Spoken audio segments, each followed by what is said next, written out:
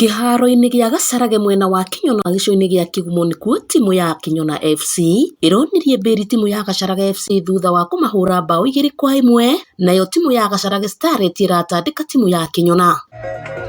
Mbĩtĩka icio cia mũbira wa magũrũ ikoretwo ikĩrũgamĩrĩrwo nĩ mũtongoria wa mũingĩ mwena ũyũ nĩwe Rizi Muthoni wa Mbugua, na ũrĩa ũrahũthĩra mathako maya gũthara mbeũ njĩthĩ kumana na mogwati marĩa makoragwo mamang'etheire. Nao mbeũ njĩthĩ kuma mwena ũyũ maugĩte mathako maya nĩmaramarehe hamwe na kũrania na maũndũ marĩa makoragwo makĩingĩrania namo. Tũkoretwo tũgĩthaka na youth, twĩna tournament ĩkoretwo ĩkuo kuma mweri wa 3 na rĩu nĩ hĩndĩ tũgwĩkaga finals citũ ũmũthĩ.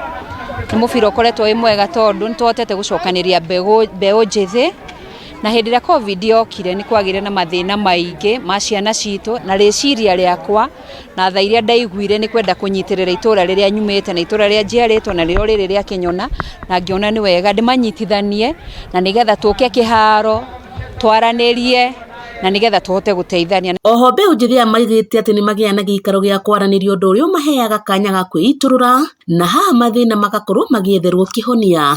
Mĩthako ĩno nĩratũteithia mũno na gũtũgitĩra na gũtwepusha kwĩ maũndũ maingĩ, nginya kũrĩ anake ndawa na andũ arĩa angĩ mangĩkorwo magĩtwĩkũĩra ũru nĩ ta fornication, abortion. No tuoka twĩ haha hamwe ta mũbira tũthakaga nĩtũgĩaga nginya kwaranĩria, tũkahingũranĩra ngoro, tũtirĩ timu tu but we are also a family.